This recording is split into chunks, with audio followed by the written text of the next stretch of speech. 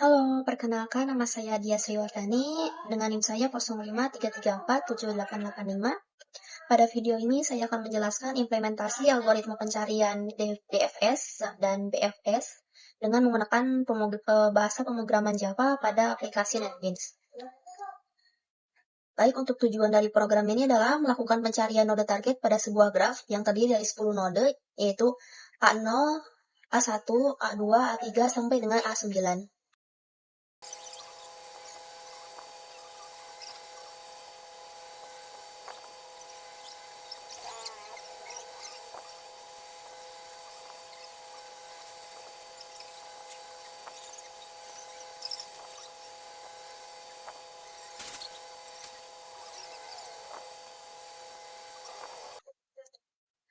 Graf yang saya gunakan memiliki hubungan sebagai berikut.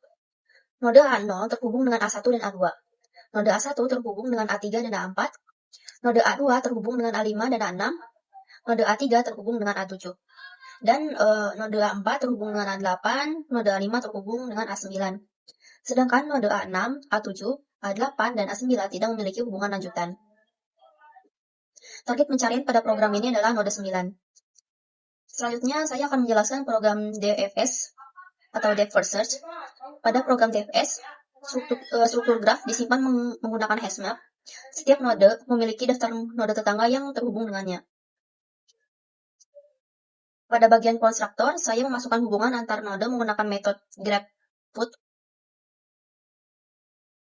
Contohnya grabPut A0 array as-list dalam kurung A1 A2. Di sini berarti node A0 itu memiliki hubungan dengan node A1 dan A2. Kemudian terdapat metode DFS yang digunakan untuk memulai proses pencarian. Pada metode ini dibuat sebuah hasset bernama visit yang berfungsi menyimpan node yang sudah dikunjungi agar tidak terjadi pengulangan pencarian. Selanjutnya terdapat metode DFS rekursif. Metode ini merupakan inti dari algoritma DFS. Saat program dijalankan, node pertama yang dikunjungi akan ditampilkan menggunakan sistem outprint. Kemudian, program memeriksa apakah node saat ini sama dengan target. Jika sama, program akan menampilkan pesan bahwa target ditemukan dan proses pencarian berhenti. Jika belum ditemukan, node akan dimasukkan ke dalam visit dan program akan melanjutkan pencarian ke node tetangga secara rekursif. DFS bekerja dengan menelusuri cabang terdalam terlebih dahulu sebelum kembali ke cabang sebelumnya. Pada contoh ini urutan pencarian DFS-nya adalah A0, A1, A3, A7, kemudian kembali ke A1, kemudian ke A4, A8, kembali ke A0, lalu ke A2, A5, dan akhirnya menemukan A9.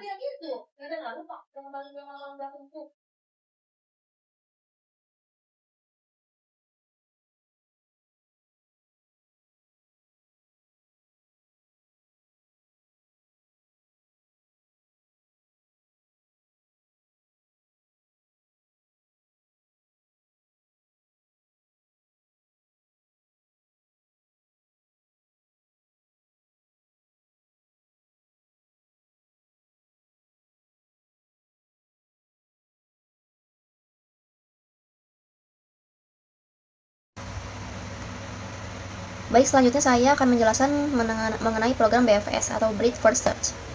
Pada BFS, struktur graf yang digunakan itu sama seperti DFS. Perbedaannya terletak pada metode pencarian.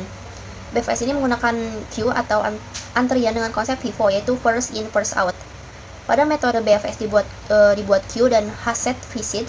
Node awal dimasukkan ke dalam queue menggunakan queue add dalam kurung start.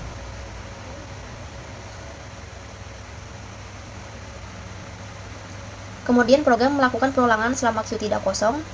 Node yang berada di posisi paling depan akan diambil menggunakan queue poll. Jika node tersebut merupakan target, maka program akan menampilkan pesan bahwa target ditemukan.